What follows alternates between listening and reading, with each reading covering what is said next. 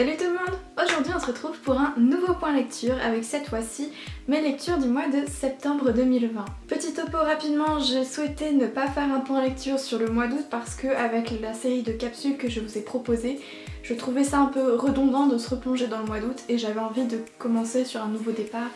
Du coup, le mois de septembre me semblait idéal. Mon but également dans cette vidéo, c'est de rester sur un format plutôt proche des capsules, sans couper entre chacune des livres que je vais vous proposer, mais de rester plutôt concise parce que j'ai tendance à trop parler et après mes vidéos sont trop longues. Ça risque de vous perdre et c'est pas du tout mon but parce que je souhaite vous faire découvrir beaucoup d'autres livres que ce que vous ne connaissez déjà.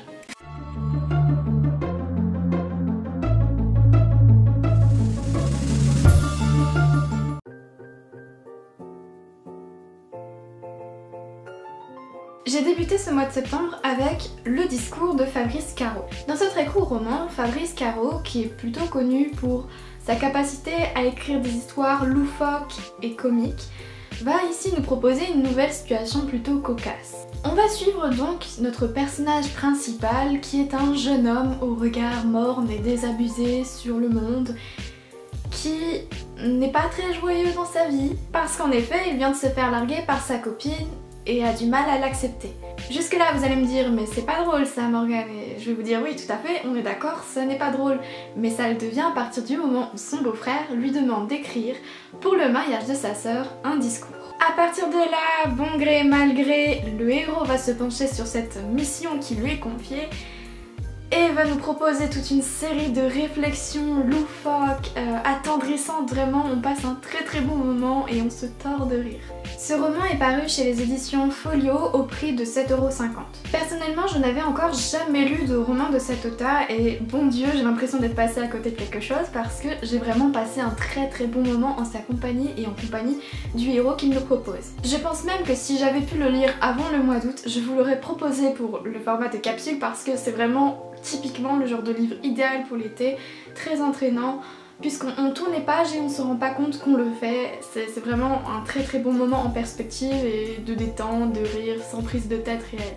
Le ton est décalé, humoristique et le personnage principal, malgré son côté très pessimiste et son côté fataliste, ça nous fait beaucoup rire parce que parfois ça amène des décalages incroyables avec la situation, notamment celle du mariage de sa sœur qui est un moment joyeux en perspective, mais lui il fait que broyer du noir et ça prête à rire, c'est tout. Qui plus est, alors que généralement je trouve que les romans un peu dans ce genre là, un peu feel good, pêchent un peu au niveau de la fin. Ici c'est pas du tout le cas, on nous propose vraiment une fin qui reste dans la continuité un peu de tout le roman, c'est beau, c'est attendrissant, c'est drôle, que demander de mieux.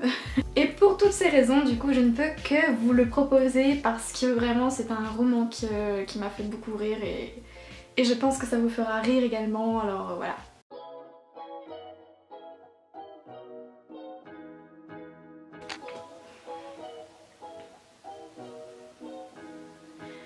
Dans un deuxième temps, j'ai lu Darkest Minds, le tome 2, d'Alexandra Bracken.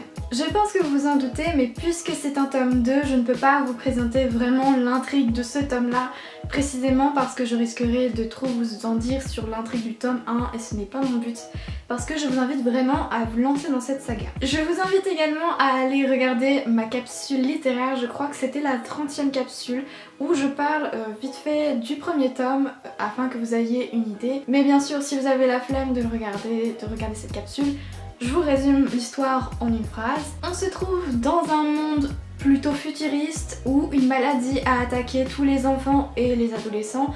La plupart sont morts, mais ceux qui ont survécu ont développé des pouvoirs que le gouvernement veut maîtriser parce qu'ils représentent du coup des dangers. Personnellement, j'ai lu le tome 2 dans les éditions Le Livre de Poche Jeunesse, trouvable en librairie au prix de 7,90 €.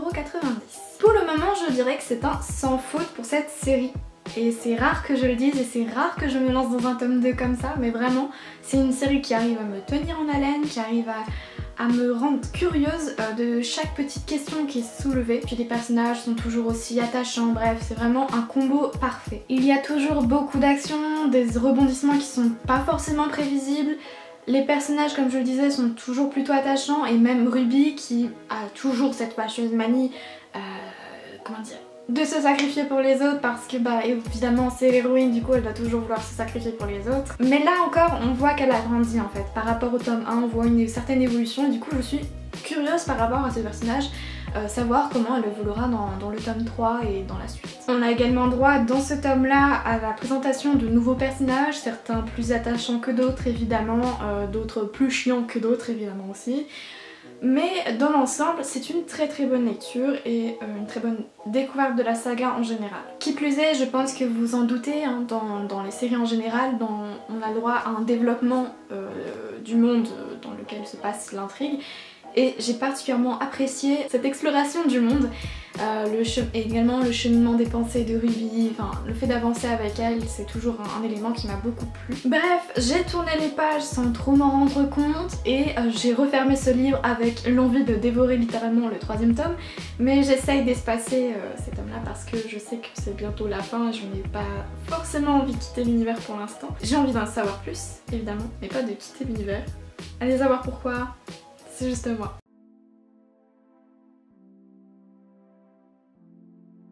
Le 3e livre que j'ai lu ce mois-ci, ce mois de septembre, ça a été une lecture plutôt mitigée puisqu'il s'agit de Civilization de Laurent Binet, paru aux éditions Grasset au prix de 22 €. Alors je vais être franche, j'ai arrêté ma lecture à la page 277 je crois.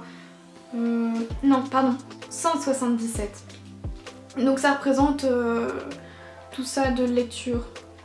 Et ça a été vraiment une lecture très compliquée, très pénible je dirais même. Parce que y a eu beaucoup de points contre lesquels j'ai buté. Mais d'abord, petite présentation. Dans ce roman, on va nous présenter une uchronie. Et on prend comme point de départ la découverte des Indes par Christophe Colomb. À partir de là, l'auteur va nous proposer un roman où il va jouer avec l'histoire en changeant certaines donnes, comme par exemple il va prendre la partie des peuples autochtones pour faire en sorte que ce soit eux qui envahissent l'Europe et non pas l'inverse. Donc comme je vous le disais, j'ai eu beaucoup de mal à progresser dans ma lecture. Au départ j'ai été très enthousiaste vis-à-vis de ce roman parce que je trouvais l'histoire très originale, je trouvais que le parti pris par l'auteur était très intéressant, notamment qu'il pouvait montrer un certain engagement pour désigner la violence dont les Européens avaient fait preuve à l'égard des peuples autochtones. Et je trouvais ça très intéressant, j'avais envie de découvrir cet univers que l'auteur nous proposait. Qui plus est, au vu du prix, je me disais qu'il allait y avoir derrière quelque chose de plutôt lourd, que ça allait vraiment proposer un style d'écriture très beau, tout en finesse, en bref, tout un monde bien pensé du début à la fin. Et en même temps, je gardais une certaine réserve parce que je sais que quand on s'enthousiasme trop pour un livre, on risque fortement d'être déçu, même si le livre peut être bien, il y a toujours une certaine... on peut avoir une trop grande attente vis-à-vis d'un livre. Mais pour être honnête, au bout de 50 pages, je sentais déjà l'envie de le lire qui s'éloignait, je la voyais partir, je lui disais au revoir, parce qu'il y a eu beaucoup de soucis en fait. Comment dire? C'était un style d'écriture que je trouvais particulièrement beau. En fait, il y avait certaines tournures de phrases qui étaient très bien, très belles, très poétiques et qui proposaient une certaine réflexion. Là où certaines personnes, j'ai lu que certains reprochaient le mauvais style d'écriture alors que moi ça m'a pas du tout dérangé. J'ai pas trouvé que c'était mal écrit, que les phrases avaient pas de sens. Enfin, franchement, je trouvais que la construction des phrases, ça allait, ce côté-là, ça passait. Qui plus est, on voit que l'auteur a fait énormément de recherches autour de cette époque-là, afin d'être le plus précis possible, de nous proposer vraiment une uchronie la plus proche possible de l'histoire. Et c'était quelque chose qui m'a vraiment plu, parce qu'on voyait que derrière l'auteur s'était décarcassé, pardon. Et le souci, ça a été qu'à partir des pages 50, 70, on sent que l'histoire s'enlise. L'auteur va s'attarder à nous décrire des stratégies politiques qui, même si je pense qu'elles sont importantes au final dans l'histoire, ça a été décrit trop dans le détail et ça perd le lecteur. En fait, je trouvais que c'était un peu dommage de s'attarder autant et de pas proposer autre chose à côté. C'était vraiment que sur la stratégie politique et moi personnellement ça ne m'intéressait pas. À côté, l'auteur propose plus tellement d'action, on te balance plein de noms de personnages et si tu t'y connais pas un tant soit peu, au niveau de cette époque-là, tu peux être vite perdu. Et moi, j'avais beau avoir des bonnes notes en histoire, je vous avoue que j'étais perdue au bout de quelques pages. Surtout, il y a un moment donné où il me balance plein de noms et au final, c'est des personnages qui servent l'espace de 2 pages, même pas. Et l'auteur, à côté, n'arrivait pas, je trouve, à redonner un peu d'action à son intrigue. Du coup, à la page 177, alors que je me suis accrochée pour tenir jusque là, j'ai reposé le livre parce que vraiment je sentais que ça allait pas et comme je l'ai déjà dit je crois dans de précédentes vidéos, pour moi la lecture c'est censé être un moment de plaisir où tu ressens plein d'émotions et j'ai tellement de livres à lire que j'ai pas envie entre guillemets de perdre mon temps avec un livre où je sens que ça va pas le faire, qu'il n'y a pas de relation qui se crée entre lui et moi. Donc j'ai préféré le reposer en me disant c'est peut-être moi et tout ça, et puis j'ai regardé en fait sur internet et pareil les avis sont plutôt mitigés. Après je pense que ça reste de l'ordre plutôt subjectif parce que si vous êtes intéressé au niveau historique, au niveau tout ce qui est peuple autochtone, au niveau stratégie politique, vraiment lancez-vous. C'est juste moi j'ai été un peu déroutée de voir ce thème prédominant de la politique alors que c'était pas ce que je cherchais de base. Du coup ça ne l'a pas trop fait. Donc pour cela je ne peux pas m'empêcher de vous le recommander quand même parce que ça reste un livre qui avait abordé pas mal de thématiques, notamment aussi la guerre de religion en Espagne et je pense que ça peut intéresser, ça a son public c'est sûr. C'est juste que moi personnellement ça ne l'a pas fait. Mais je tenais quand même à vous le présenter parce que ben voilà, c'est plutôt subjectif mon avis sur ce livre là et donc voilà. Je pense qu'il peut trouver son public, notamment ici, auprès de vous.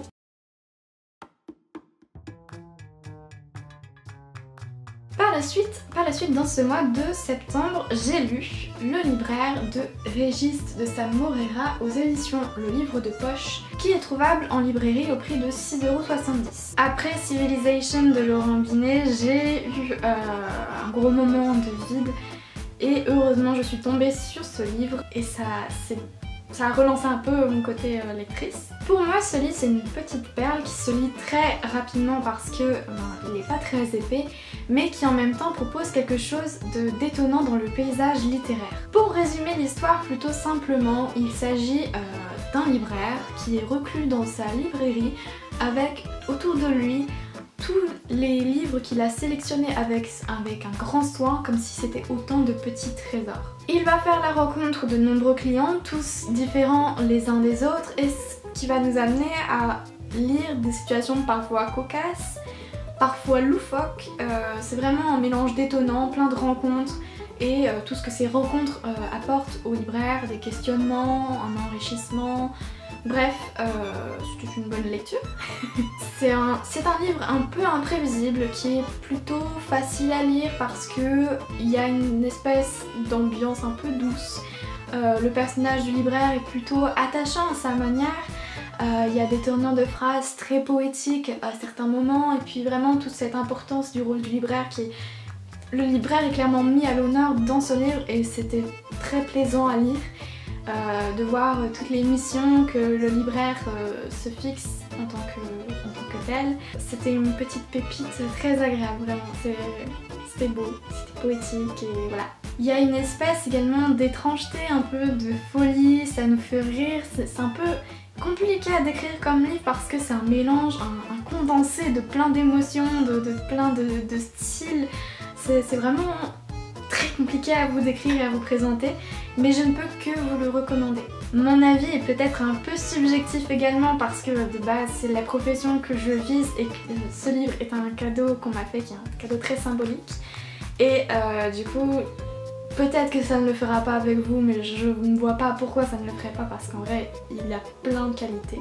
Et je pense également que ce livre est à sa manière un peu une passerelle idéale pour découvrir d'autres livres du même auteur et justement moi ça me tente énormément de découvrir un peu son univers parce que ça a l'air d'être un univers un peu spécial mais qui m'intéresse, enfin, ça réussit à capter un peu mon attention et ça propose quelque chose de totalement original donc voilà, comme je le dis souvent, que demander de mieux.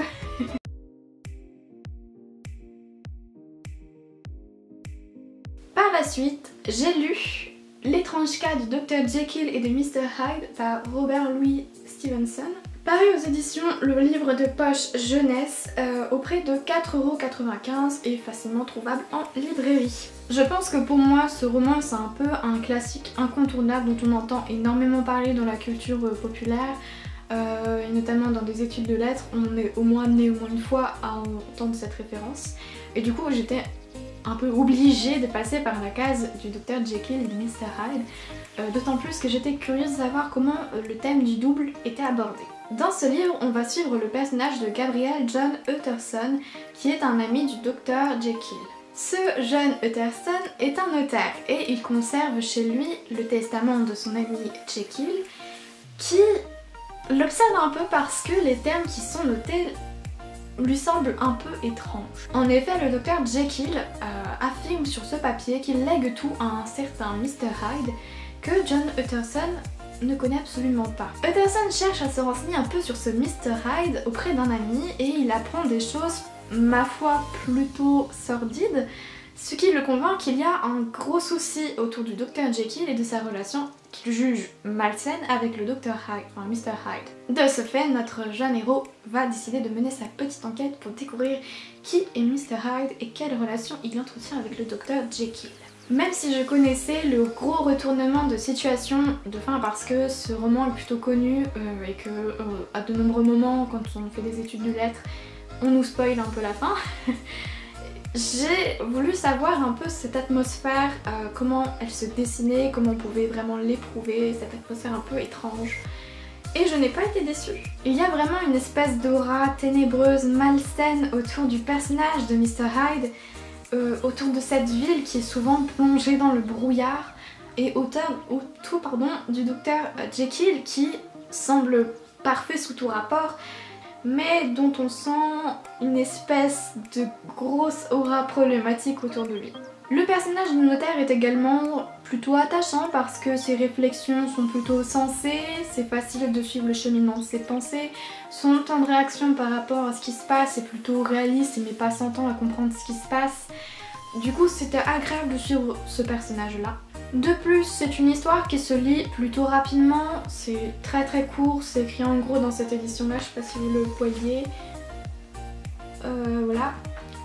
Du coup, on enchaîne vite les pages sans trop s'en rendre compte, on veut savoir vraiment, enfin même si on sait finalement le fin mot de l'histoire, on a envie de savoir comment ça se passe, comment on est amené vers cette réflexion là, cette déduction là plutôt. Et du coup j'ai passé un très bon moment et je ne peux que vous le recommander également.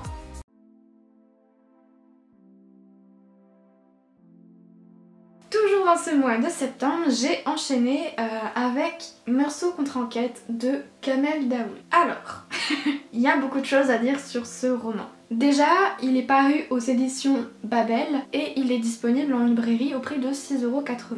Dans ce livre, on va s'emparer d'un personnage d'un roman très connu d'Albert Camus qui n'est autre que L'étranger. On va s'emparer plus précisément du personnage de l'arabe que dans son livre, Albert Camus fait le choix de ne pas développer, de ne pas révéler son identité, on sait juste que c'est un arabe et c'est tout. Cette injustice-là, de la non-identité du personnage, Kamel Daoud se décide à la réparer en donnant une identité claire à ce personnage, en lui créant toute une histoire, une vie, bref, il lui donne vraiment une existence. Dans cette histoire, on va suivre du coup le personnage du frère de l'arabe qui explique à quel point toute cette histoire-là l'a détruit.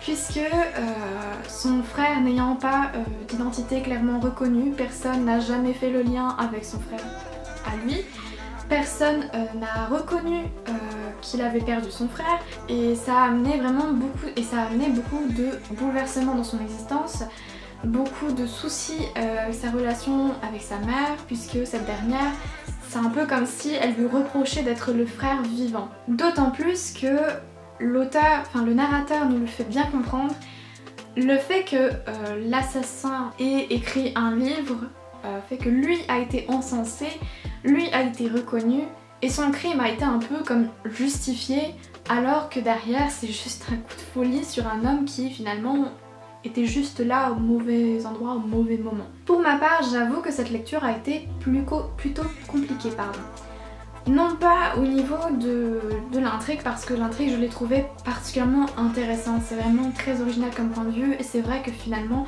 le personnage de Lara, ça n'a pas provoqué tant de remous de pas savoir son identité alors que c'était pas quelque chose de normal je trouve. Il a droit autant à son intégrité que tout le monde, que le personnage principal de l'étranger. Toutefois j'ai eu un peu de mal avec le côté très accusateur du narrateur qui va souvent prendre un peu on va souvent avoir l'impression qu'il nous prend à partie nous en tant que lecteur et qui va nous juger, qui va se montrer un peu virulent à notre rencontre. Et je pense que pour un lecteur qui cherche un livre où il peut plus ou moins poser un peu son cerveau, ça risque de le freiner dans sa lecture. Après je comprends bien le message engagé, la démarche entamée par l'auteur, mais c'est vrai que ce côté très accusateur, ça peut freiner, ça peut déranger en fait. Enfin, je sais pas si déranger c'est le bon terme, mais je pense que vous avez un peu compris l'idée que j'essaye d'exprimer sans y parvenir. Qui plus est, la plume de l'auteur est particulière puisque à de nombreuses reprises c'est des phrases très lourdes, parfois très voire trop poétiques, ça part vraiment dans l'abstrait je trouve. À certains moments le cerveau il se déconnecte un peu. C'est une belle plume. Ceci dit, je sais qu'avec moi ça n'a pas toujours matché, j'ai certaines phrases qui me sont un peu passer au-dessus de la tête si je puis dire, parce que emporté dans l'élan, je le lis et puis il y a une phrase que je comprends pas trop et j'ai pas envie de m'arrêter sur cette phrase là en particulier parce que je pense que je vais la comprendre au fur et à mesure. Enfin bref, il y a des moments où des phrases sont trop abstraites je trouve pour des lecteurs lambda. Après peut-être que pour des lecteurs plus expérimentés ça pourrait passer. Et comme je le disais, je pense vraiment que le gros point fort de ce roman c'est son intrigue, parce qu'on va vraiment donner à voir la violence du fait que Lara ne soit pas clairement identifiée, qu'il n'ait pas d'histoire propre, qu'il soit juste un personnage comme ça dont le narrateur de l'étranger va lui inventer une vie comme ça complètement au hasard. Bref, c'est clair qu'il y a une forme de violence derrière que l'auteur ici essaye de réparer. En ce sens, c'est un livre que je vous recommande parce qu'il propose de nouvelles pistes de réflexion et qu'il répare clairement une injustice qui a été faite à un personnage pourtant très important, puisque la scène de la plage est quand même fondamentale dans l'œuvre de Camus.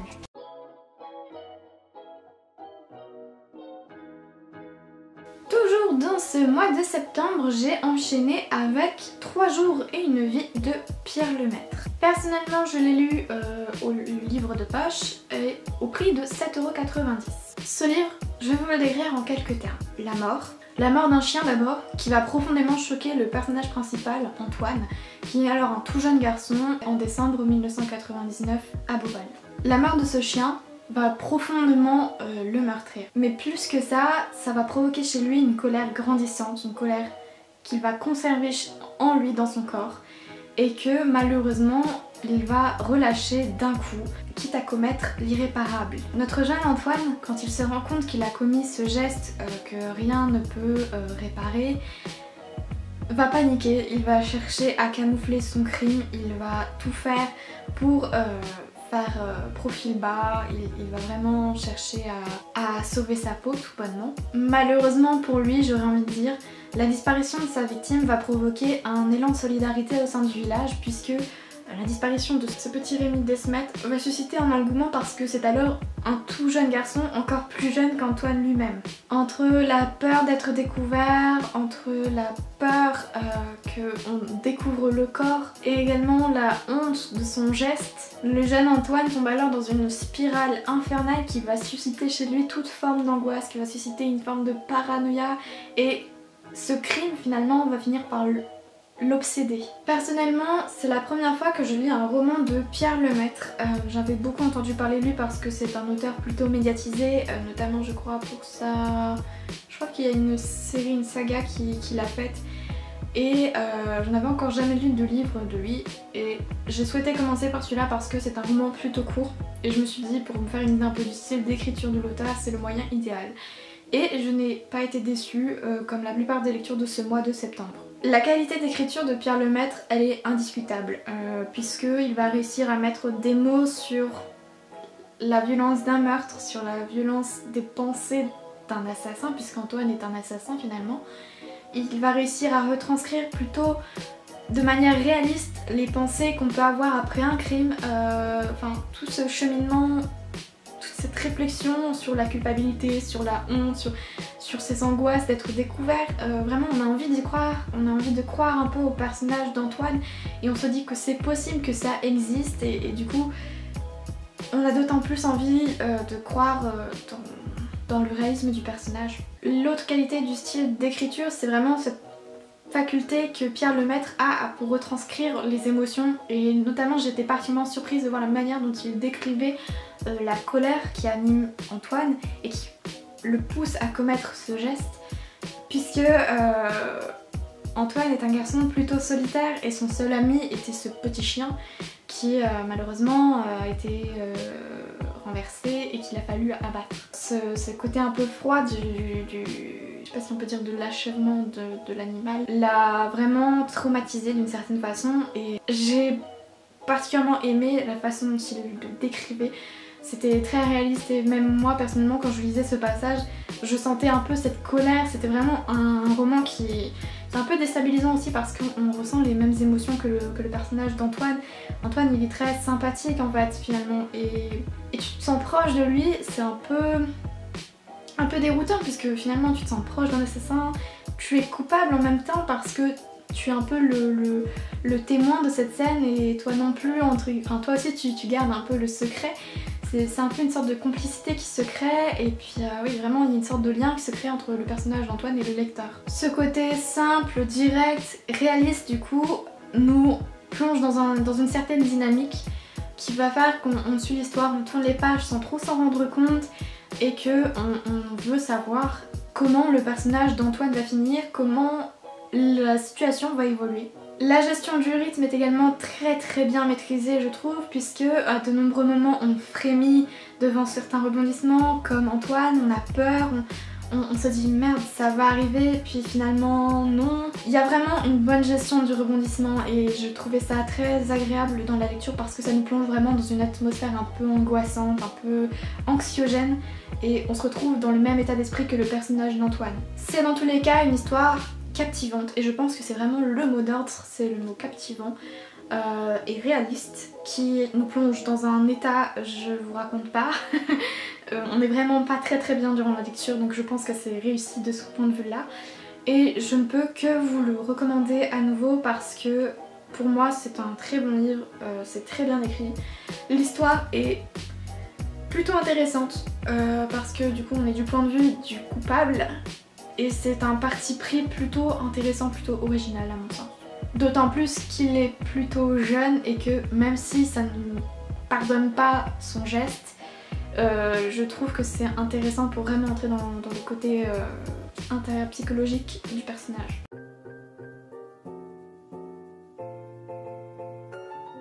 Toujours dans ce mois de septembre 2020, j'ai lu par la suite Julian est une sirène de Jessica Love. J'ai très peu l'habitude de lire des albums jeunesse, mais dans le cadre d'un exercice dans mes études, j'ai été amenée à lire cet album et j'ai énormément apprécié. Il est paru chez l'école des loisirs dans la collection Pastel et il est disponible au prix de 13 € en librairie. Dans cette histoire, on va suivre le personnage de Julian qui est un petit garçon qui, alors qu'il se trouve dans le train avec sa grand-mère, va voir des sirènes passer devant lui et va avoir envie de leur ressembler parce qu'il les admire tout bonnement, il les trouve belles, il les trouve gracieuses et il se met en tête de leur ressembler. L'un des gros points forts de cet album, c'est la qualité des dessins. Je pense que je vais vous mettre quelques images juste ici.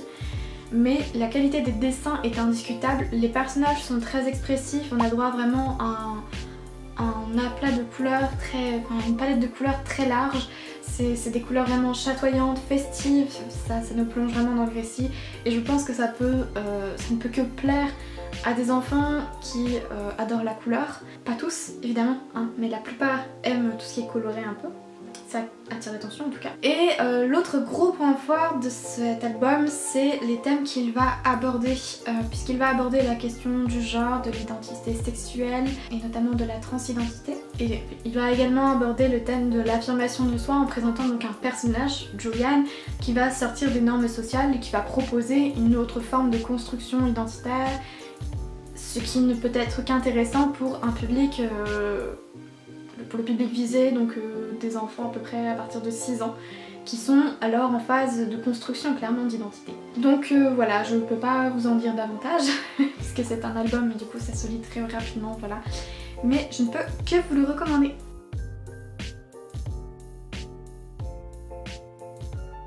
Encore une fois, dans ce mois de septembre, j'ai lu une autre BD, Peau d'homme, de Hubert et Zanzime, paru aux éditions Glénat, au prix de 27 €. Alors je vais reposer la BD parce qu'elle est plutôt lourde. Je pense que vous ne m'en voudrez pas.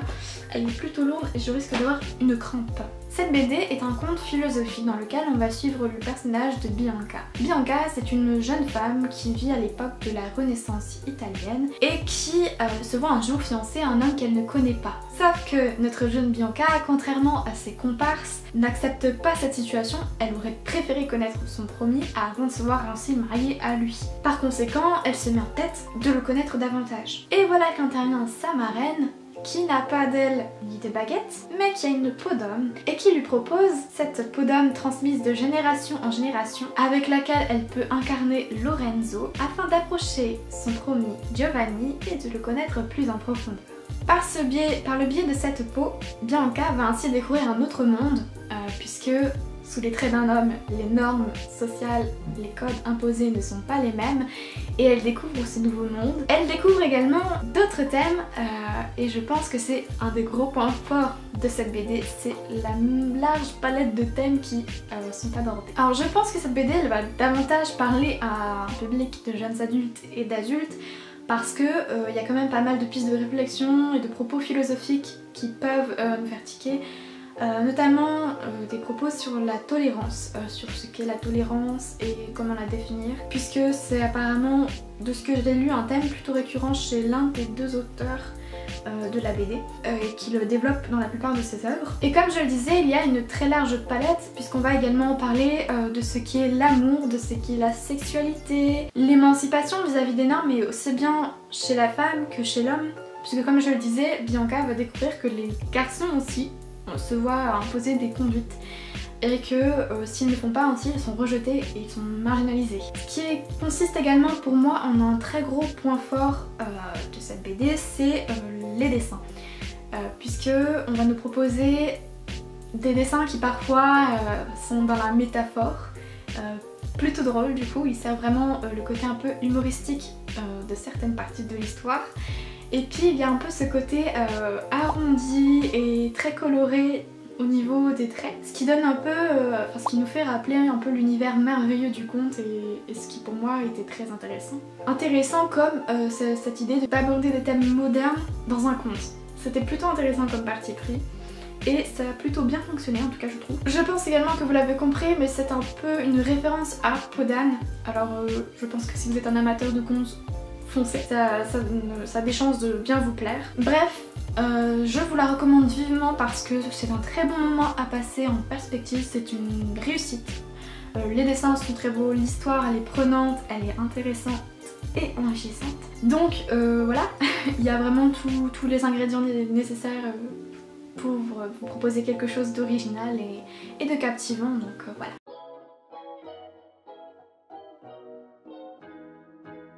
J'ai poursuivi ma lancée dans la lecture avec La petite dernière de Fatima Das. Donc c'est un livre de la rentrée littéraire 2020 et ça a été pour moi un coup de cœur. Ce livre est disponible aux éditions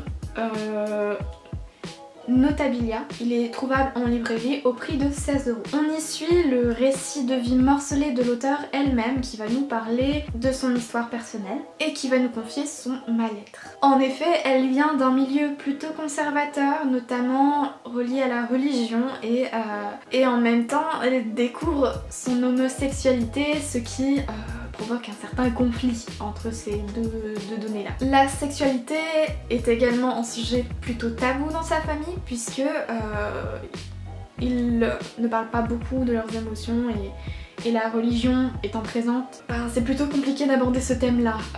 En tout cas, pas dans un repas de famille, c'est pas vraiment le genre de thème qu'on aborde. Et dans ce livre, on suit vraiment, comme je le disais, des passages morcelés de son existence où elle va nous parler de sa construction, de comment elle progresse dans la vie, ses déboires, ses rencontres, comment elle s'est construite pour être celle qu'elle est aujourd'hui. J'ai trouvé que cette histoire était particulièrement touchante parce qu'elle déborde de sincérité au niveau de la démarche. L'auteur cherche vraiment à nous montrer à quel point son existence est plutôt compliquée, à quel point la religion peut entrer en conflit avec son orientation sexuelle. Et en ce sens, je pense vraiment qu'on peut parler d'ode à la liberté, d'ode à la sexualité, à l'amour. Et en même temps, aussi, le gros point fort de ce roman, c'est que là où certains auteurs pourraient prendre le parti de pointer du doigt la famille, je trouve que l'auteur fait ici le choix de vraiment rendre hommage à celle-ci.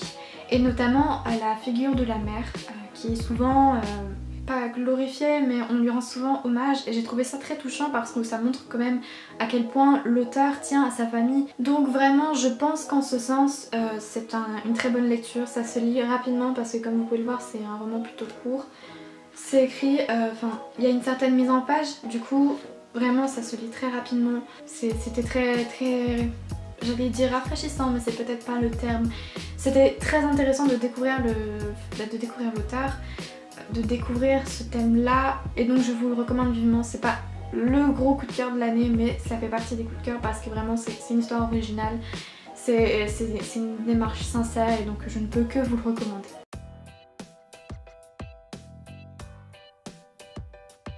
On approche de la fin, ne vous inquiétez pas, puisque par la suite j'ai lu Woman World d'Aminda Dhaliwal. Dans cette BD, on se retrouve dans un monde où tous les hommes ont disparu de la surface de la Terre. Il ne reste plus que les femmes qui vont alors chercher à créer une nouvelle société, de nouvelles règles afin de pouvoir vivre tout simplement en société. Tout au long de la BD, on va avoir droit à plusieurs entités narratives en fait. Par exemple, sur une seule page, on va développer une scène, une histoire, voilà. On va nous proposer plein de petites scénettes en fait de vie et mises bout à bout. Tout ça pour nous proposer des moments plutôt humoristiques, parfois des réflexions notamment sur la société actuelle, en nous disant oui regardez comme ça c'était comme ça avant, ça n'a pas de sens et tout ça, donc vraiment il y a une grosse part de réflexion qui nous est proposée. Il y a également le thème de la sexualité qui est abordé et qui est très intéressant. Et bien d'autres thèmes encore. À mon sens c'est une BD très riche. On va nous proposer de nombreuses planches différentes les unes des autres, on va nous proposer des histoires différentes, on va nous proposer des personnages différents et donc avec des problématiques différentes. Et en ce sens, ça touche beaucoup plus de personnes, ça cherche à cibler plein de personnes différentes. Aussi bien, je pense, les femmes que les hommes. Je pense vraiment que les hommes aussi peuvent y trouver leur compte. Personnellement, j'ai eu un peu un souci avec... j'ai un souci de manière générale avec les livres féministes qui proposent un monde où il n'y a pas d'hommes. Parce que pour moi, le mouvement féministe, c'est pour l'égalité entre femmes et hommes. Et envisager un monde où il n'y a pas d'hommes, je sais pas, c'est pas cohérent je trouve. Toutefois, même si l'intrigue de base partait un peu mal avec moi, j'ai trouvé que c'était très intéressant d'aborder le thème de la transidentité qui n'est pas souvent abordé je trouve, et notamment au sein de livres qui se revendiquent féministes, parce que c'est souvent une partie... ils sont souvent marginalisés dans le mouvement féministe parce que pas reconnus comme femmes alors que des personnes se définissent comme femmes, c'est qu'elles sont femmes. Bref, voilà. Après, j'ai trouvé que ce thème-là était plutôt bien abordé, mais j'avoue que je ne suis pas une personne transgenre, du coup je ne suis sans doute pas la mieux placée pour en parler. Il y a un autre élément qui m'a un peu chiffonné, c'est l'humour. Alors ça reste très subjectif, mais il y a peu de planches qui m'ont fait beaucoup rire en fait.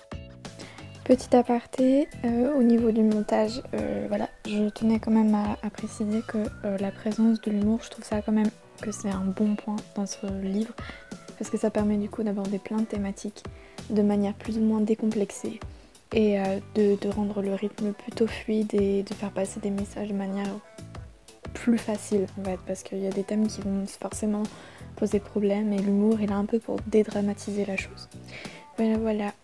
Il y a certaines planches vraiment qui m'ont fait rire aux éclats, mais il y a d'autres planches qui m'ont laissé un peu plus impassible, et quand c'est plusieurs planches comme ça qui s'enchaînent et qui me laissent neutre, je sais pas, c'est que voilà, ça rend l'expérience un peu moins intéressante, un peu moins enrichissante sûrement, Et du coup voilà, ça m'a un peu décontenancée. Et comme je le disais, la force également de cette BD, c'est qu'on va te proposer une large palette de personnages. Donc par là même, on va te proposer une large palette d'identification possible. Et on va aussi pouvoir aborder tellement de thèmes en même temps que je ne peux pas tous les énumérer, voilà. Il y a beaucoup de thèmes qui sont abordés, beaucoup de thèmes intéressants en plus. Et comme je le disais, ça propose également des pistes de réflexion. Bref, c'était une lecture plutôt intéressante qui m'a pas tout le temps transportée non plus, mais qui proposait de nouvelles perspectives, qui incluait certaines communautés qui sont souvent marginalisées. Du coup, je pense quand même qu'il est important que je vous la recommande. Et c'est ce que je fais maintenant.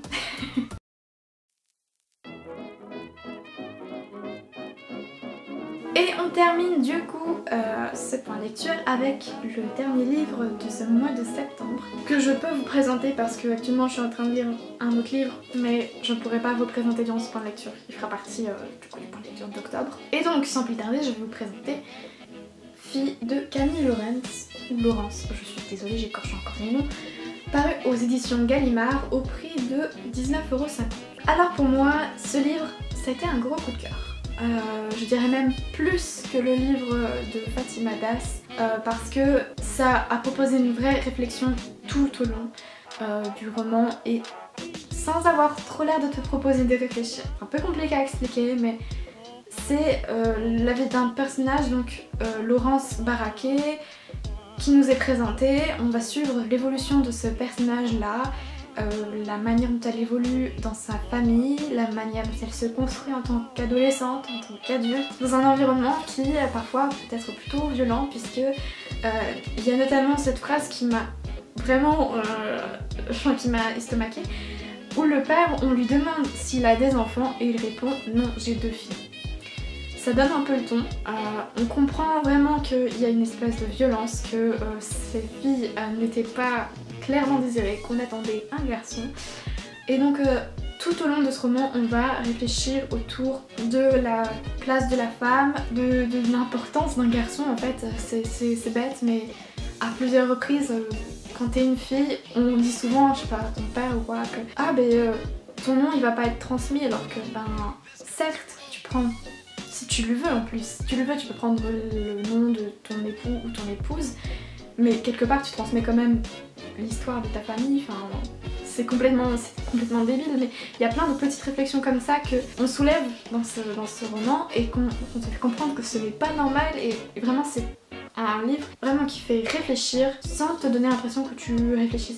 Oui, c'est particulier vraiment ce que je dis, mais il y a on va te proposer une histoire, l'histoire de Laurence Baraquet, et on va te faire réfléchir en même temps, on va te tiquer sur certains événements, voilà, on va t'amener à comprendre qu'il y a une violence, que c'est pas normal, et on a droit à un personnage féminin que j'ai trouvé particulièrement fort. Il lui arrive plein de merde, hein, clairement il lui arrive plein de merde à cette pauvre Laurence Baraquet, et pourtant elle se démonte pas, vraiment elle continue à avancer, elle se construit sur ses soucis avec son père et sa famille, enfin bref, c'est pas une vie des plus simples qu'elle a, et pourtant elle est forte et elle avance. Et la déception familiale va vraiment peser sur ses épaules tout au long du récit, alors qu'elle aussi entre recherche de l'amour, recherche de son identité, puisqu'elle se construit également, vu qu'on la voit grandir. Bref, c'est vraiment une histoire très intéressante que je pense avoir très mal présentée. Mais c'est un très bon roman de la rentrée littéraire de 2020 et il va avoir une place très importante dans ma bibliothèque parce que vraiment il m'a marqué.